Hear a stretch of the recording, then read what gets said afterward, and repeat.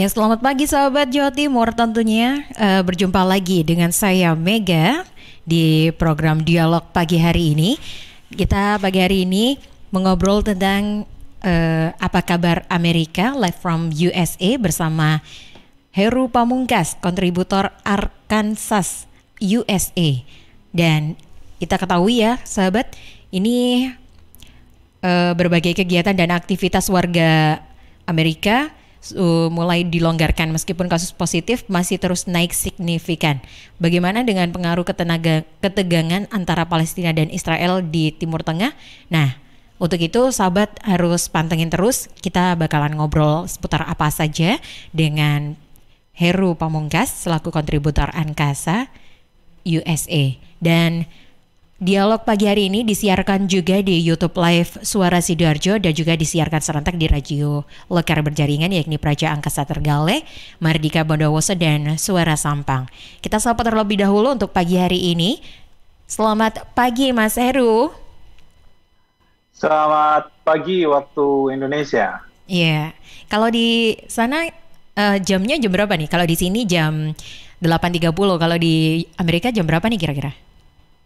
Sama jam 8.30, cuma di sini malam karena selisih 12 jam lebih cepat Indonesia. Oke, berarti ini di Mas Heru lagi malam hari, kalau di sini lagi pagi hari ya? Iya, betul. Iya, oke. Oh iya, kita belum nyapa ini Mas Heru. Apa kabar nih? Saya panggilnya Mas ya? Karena ini masih muda banget loh ini. Iya, masih muda kelihatannya. Aura semangat mudanya ini mengalir ke saya ini untuk menyapa Mas Heru di pagi hari ini, apalagi di USA.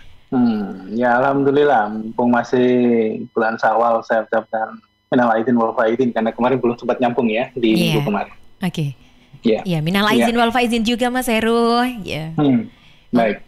Oke. Nih kita ngobrolin tentang apa kabar Amerika. Kalau dilihat-lihat ini ya berbagai kegiatan dan aktivitas warga Amerika ini udah mulai dilonggarkan ya. Meskipun kasus positif ini masih terus naik ya. Dan bagaimana dengan pengaruh ketegangan antara Palestina dan Israel dan Timur Tengah ini ada hubungannya juga nggak sih kira-kira? Nah kita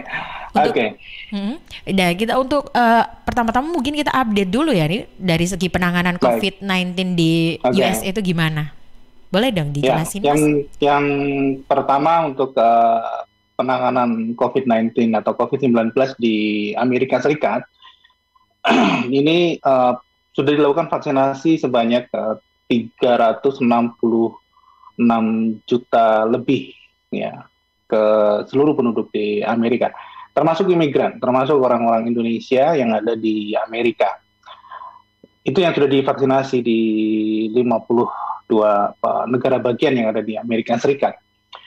Walaupun sudah divaksin, ada yang baru vaksinnya sudah 2 kali, ada yang baru sekali. Penyebaran virus corona COVID-19 atau virus corona di Amerika ini masih cukup tinggi. Karena dalam sehari saja kemarin, itu ada 11.353 kasus baru di Amerika. Artinya penyebarannya masih cukup tinggi, walaupun kalau dilihat statistiknya, sejak dilakukan vaksinasi, itu memang melambat, penyebarannya melambat, tapi masih cukup tinggi. Dan sampai hari ini, itu tercatat ada 33.700.000-an ya, karena nilainya yang setelah 700 itu berubah-ubah setiap saat, jadi ada di angka 33.700.000-an yang terkonfirmasi positif corona, dan yang sudah dinyatakan sembuh itu ada di angka 10 juta, jadi masih ada sekitar 20 jutaan yang masih dalam perawatan begitu. Dan artinya masih cukup tinggi dan masih berbahaya. Tapi meski demikian, tampaknya Joe Biden, Presiden Amerika ini cukup percaya diri dengan dilakukan vaksinasi yang sudah mencapai angka 300 juta lebih, ya, sehingga 2 minggu yang lalu Joe Biden itu memberikan arahan supaya yang sudah divaksin 2 kali itu bisa melepas masker, tidak lagi menggunakan masker seperti itu. Tapi sekali lagi kebijakan ini tidak bisa tidak bisa disamakan di negara lain, terutama di Indonesia karena tipikalnya berbeda, kondisinya sangat berbeda. Di Amerika kenapa Joe Biden sangat percaya diri? Karena Amerika ini adalah negara produsen pembuat vaksin. Jadi pembuatan vaksin sekarang dilakukan oleh 3 pabrikan besar, itu dilakukan secara besar-besaran, digelontor dana yang cukup besar dan diproduksi targetnya sampai 100 juta lebih itu nanti akan diproduksi di dalam negeri dan nanti akan dikirim ke luar negeri seperti Kanada dan Meksiko, negara tetangga Amerika, itu juga sekitar 80 jutaan nanti yang akan diberikan kepada Kanada dan Meksiko. Sehingga Amerika punya percaya diri yang sangat tinggi, kalaupun masker ini dilepas, maka sudah siap vaksinnya, karena herd immunity yang digaungkan atau yang diinginkan itu akan terrealisasi dalam beberapa bulan ke depan, karena sudah sebagian besar warga negara Amerika ini sudah divaksin 2 kali, ada yang sekali juga, tapi jumlahnya sangat tidak ada sampai separuh ya.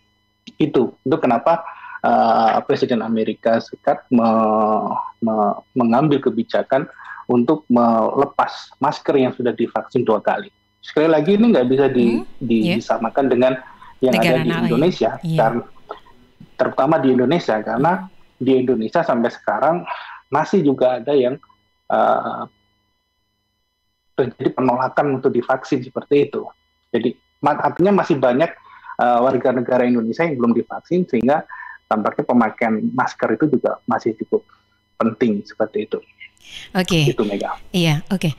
Mas, kira-kira menurut Mas Heru nih, bagaimana dengan program vaksinasi di US? Pendapat Mas Heru nih tentang program vaksinasi di sana? Ya, cukup bagus karena ditangani oleh 3 produsen pabrikan obat besar di Amerika, salah satunya Johnson & Johnson.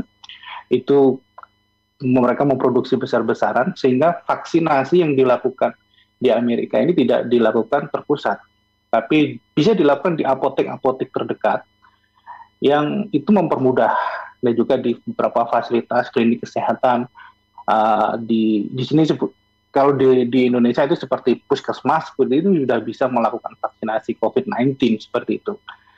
Terutama di apotek-apotek, karena di apotek ini masyarakat bisa mendaftar dan mereka bisa mendapatkan vaksin COVID-19 secara cuma-cuma, gitu.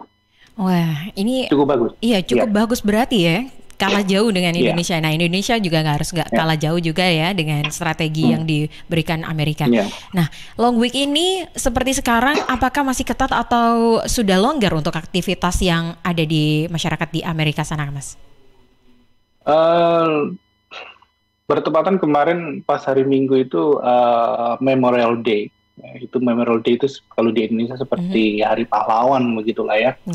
Itu hari libur nasional juga, dan bertepatan dengan summer, jadi panas begitu, banyak tempat-tempat wisata yang kaitannya dengan danau dan juga air itu menjadi tujuan wisata.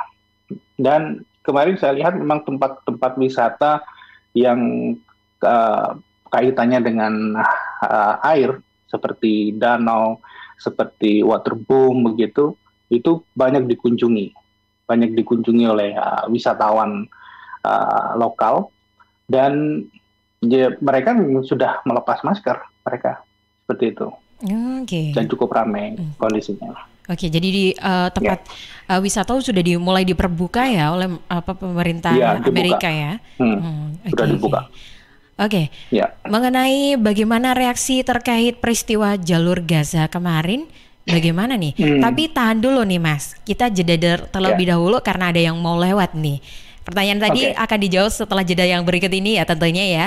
Jadi sahabat Jawa Timur, tetap di Suara Sidoarjo.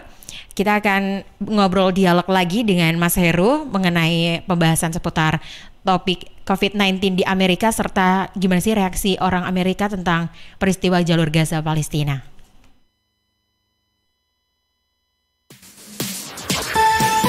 News, Talk, and Music Hits. Suara Sidoarjo. Your multi-platform radio. Sahabat Bea Cukai Sidoarjo, dalam menjalankan tugas dan fungsi di bidang pelayanan maupun pengawasan, salah satu inovasi dalam penyederhanaan proses bisnis melalui Keisha, Custom and Access Integrated System Automation. Di tahun 2018 sampai 2024, Bea Cukai Sidoarjo menerapkan Keisha 4.0 dengan mengedepankan Single Core System, Smart Custom Access dengan mengoptimalkan pengawasan dengan memanfaatkan teknologi, kemudian layer support, proses bisnis pendukung, analitik berupa pemanfaatan data untuk pengambilan keputusan organisasi. Informasi ini dipersembahkan Bea Cukai Sidoarjo, fokus mengawasi, tulus melayani. News, Talk, and Music Hits. Suara Sidoarjo. Your multi-platform radio. Ya sahabat, ada kabar gembira untuk Anda yang punya kendaraan bermotor. Sesuai keputusan Gubernur Jawa Timur memberikan diskon di tahun 2021. Diskon ini untuk warga Jawa Timur diberlakukan bebas sanksi administrasi untuk pajak kendaraan bermotor dan BPN kendaraan bermotor. Untuk pajak kendaraan bermotor termasuk kendaraan baru, 15% untuk kendaraan roda 2 dan 3, 5% untuk kendaraan roda 4 atau lebih.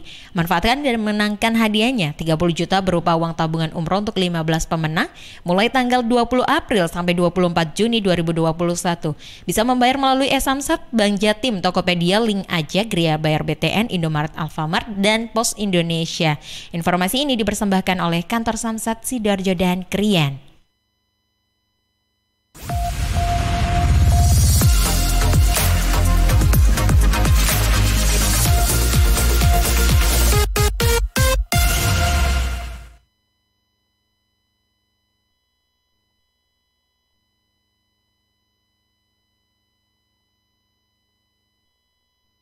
Iya, sahabat Jawa Timur, kita kembali lagi di program Dialog Pagi hari ini bersama Mas Heru tentunya. Ya, Mas, tadi pertanyaannya mengenai bagaimana reaksi warga terkait peristiwa di jalur Gaza kemarin. Ini gimana menurut Mas Heru?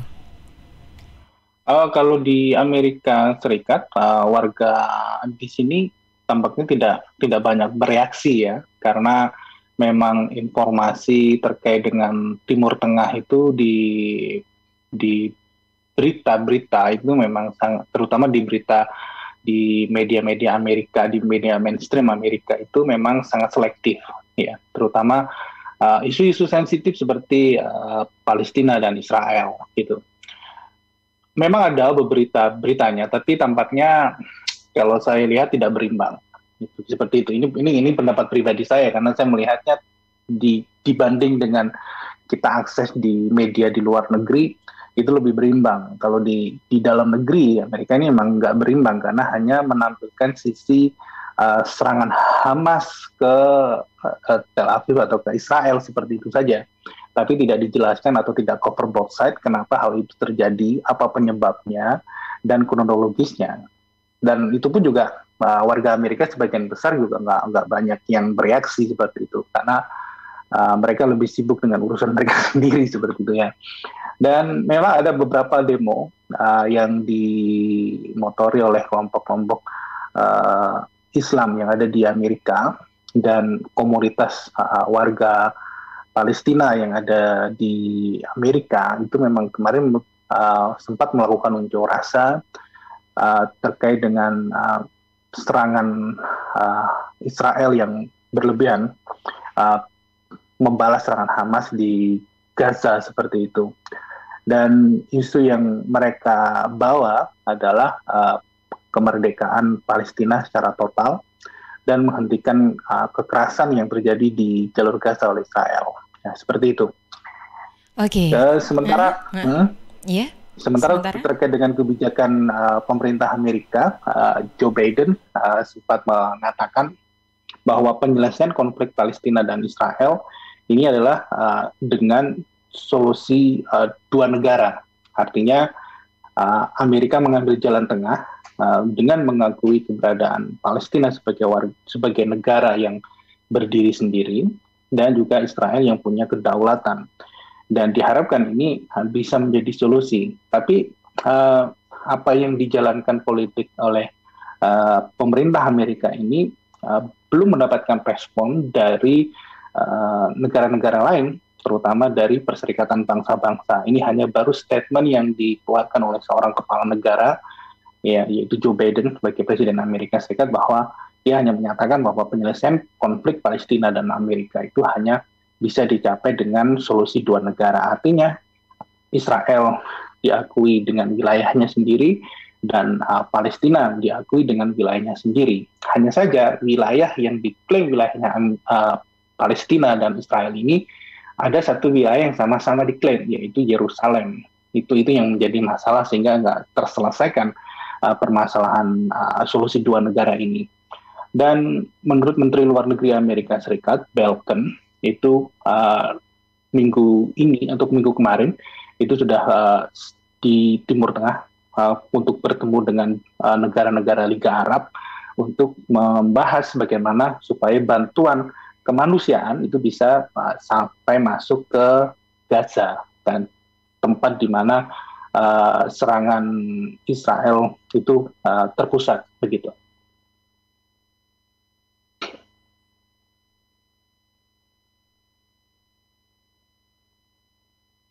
Halo.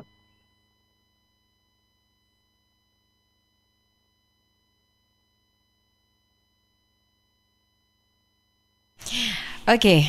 Ya. Kira-kira untuk ke arah politik Biden sendiri, dia melihat peristiwa tersebut apa sih, Pak? Mas? Iya. Amerika seperti sebelumnya tidak pernah jelas dalam sikap memihak Palestina atau Israel. Karena setiap kekerasan balasan yang dilakukan Israel kepada Palestina itu dilakukan secara berlebihan dan direaksi oleh negara-negara anggota Dewan Keamanan PBB untuk memberikan sanksi kepada Israel. Amerika selalu mengambil langkah veto untuk supaya sanksi itu tidak diberikan kepada Israel. Sehingga sampai sekarang pun langkah kebijakan Amerika masih di tengah-tengah antara membela Palestina, secara mengakui Palestina sebagai negara yang berdaulat, itu sikapnya juga masih tidak jelas, dan membiarkan Israel menguasai seluruh wilayah Palestina, itu juga sikapnya tidak jelas, karena tadi itu Amerika hanya menginginkan solusi dua negara, yaitu mengakui Israel dengan wilayahnya, dengan wilayah dan kedaulatannya, dan mengakui wilayah Palestina dengan kedaulatannya. Hanya saja masalahnya antara Israel dan Palestina ini sama-sama mengklaim satu wilayah, yaitu wilayah Yerusalem itu sebagai wilayahnya masing-masing, sehingga masalah ini nggak terselesaikan sampai sekarang. Gitu. Oke, saya mau sedikit tanya mengenai ini. WNI, seputar WNI yang ada di Amerika. Kira-kira apakah orang Amerika ini, pemerintah Amerika maksudnya, memberikan hak yang sama seperti warga Amerika yang lainnya? Maksudnya WNI di sana itu untuk di seputar konflik COVID-19 ini, apakah juga tidak ada perbedaan antara warga Amerika dengan WNI dalam proses untuk penanganan COVID-19-nya gitu? Ya, selama ini tidak ada masalah untuk warga negara Indonesia selama mereka mendaftar, dan juga pemerintah Amerika sangat kooperatif. Contohnya teman-teman yang di Amerika yang undocumented, artinya mereka masuk ke Amerika dengan dokumen yang tidak resmi, mereka juga bisa mendapatkan vaksin selama mereka mendaftarkan diri untuk mendapatkan vaksin COVID-19 ini. Dan apalagi teman-teman yang sudah terdaftar ya nama-namanya di kedutaan besar, di konjen Indonesia yang ada di Amerika, ini mereka sangat sama seperti warga negara Amerika lainnya. Kita mendapatkan pelayanan dengan baik, kita mendapatkan vaksinasi cukup baik 2 kali seperti itu, dan kita juga diberikan arahan-arahan, dipantau bagaimana kondisinya seperti itu. Oke, untuk terakhir nih, closing statement di dialog pagi hari ini bersama Mas Heru tentunya. Bagaimana Mas? Monggo.